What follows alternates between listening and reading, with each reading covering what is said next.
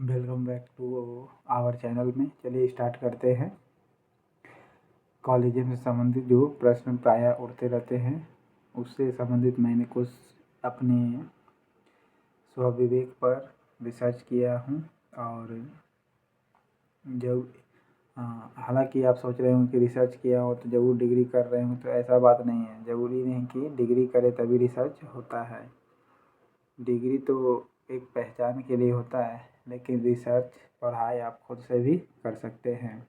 Okay, तो इसी collegium विषय पर मैंने रिसर्च और अभी तक जितने भी केस या जो भी सवाल उत्पन्न हुए कॉलेजियम को लेकर के प्रायः जो उत्पन्न होते रहे हैं उस पर मैंने विचार किया हूँ और शोध किया हूँ अपने आप पर, मतलब कॉलेजियम विषय पर संबंधित।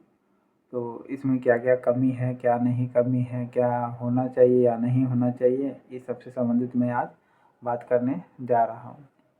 और कुछ मैंने नोट्स भी बनाया हूँ। ओके, तो जैसे कि प्रायः कॉलेजियम पर सवाल उठते रहता है कि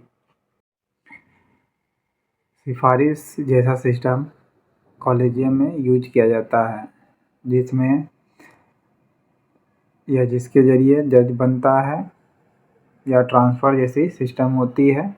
ओके, तो सबसे पहले सवाल आता होगा आपके मन में कि कॉलेजियम है क्या। तो आपको मोटा मोटी मैं बता देता हूँ कॉलेजियम एक क्या है। जज चुनने की प्रक्रिया है हाई कोर्ट सुप्रीम कोर्ट में, ठीक है। हाई कोर्ट 217 और 124 सुप्रीम कोर्ट के लिए है। ये क्या करती है, जज की नियुक्ति करती है और ट्रांसफ़र करती है। ओके,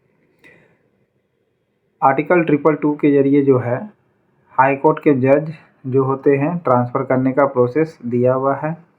और आर्टिकल 50 जो है सेपरेशन ऑफ पावर, इसमें वर्णित है लेजिस्लेचर, एजुकेटर और जुडिशरी का, यानी तीनों का पावर सेपरेट किया हुआ है, यानी तीनों अपने आप में ऑटोनोमस है on the basis of checks of balance, यानी चेक्स एंड बैलेंस पर आधारित हम कह सकते हैं। वो भी अंडर अंदर कॉन्स्टिट्यूशन होनी चाहिए, यानी कॉन्स्टिट्यूशन पर बेस होनी चाहिए। तो इसमें सबसे बड़ा आरोप लगता है सिफारिश जैसा सिस्टम पर, सबसे बड़ा। वैसे और भी प्रश्न हैं, तो इससे सिफारिश जैसा जो सिस्टम पर जो आरोप लगता है उससे संबंधित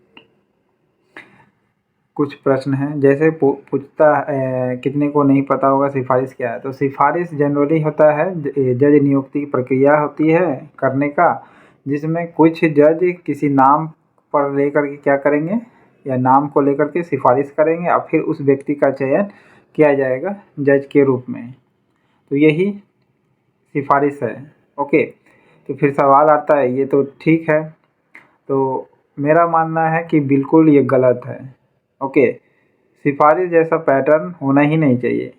क्यों? क्योंकि बहुत से व्यक्ति जो है जो जुडिशरी में लंबे समय से अपनी वकालत कर रहे हैं, यानी वरिष्ठता को गेन कर लिए हैं, लंबा समय खपा लिए हैं, लेकिन उनके मन में सवाल घर कर जाती है, कुंठाराघात कर जाती है।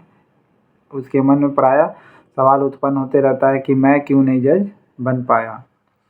तो इसी को लेकर के प्रायः मन में सवाल आते रहता है सभी के मन में भी, और हम लोग आपस दोस्तों में भी यही चीज़ करते हैं।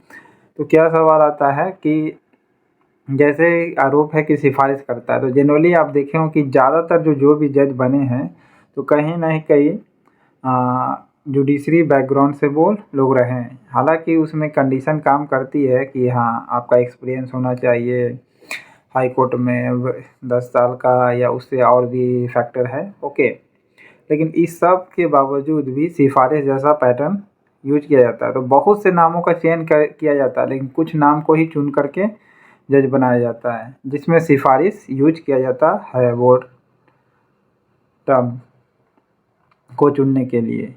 तो इसमें दो शब्द मैं यूज करना चाहूँगा, fresher and fresher of family. Fresher का मतलब कौन, जो नया नया व्यक्ति या लड़का जुडिशरी में जाना चाहता है, वकील बनना चाहता है, जज बनना चाहता है, उसके लिए पहला, दूसरा फ्रेशर ऑफ फैमिली इसलिए क्योंकि आज तक किसी भी फैमिली उसका वकालत से जुड़ा नहीं हो, उसको हम कहेंगे फ्रेशर ऑफ फैमिली।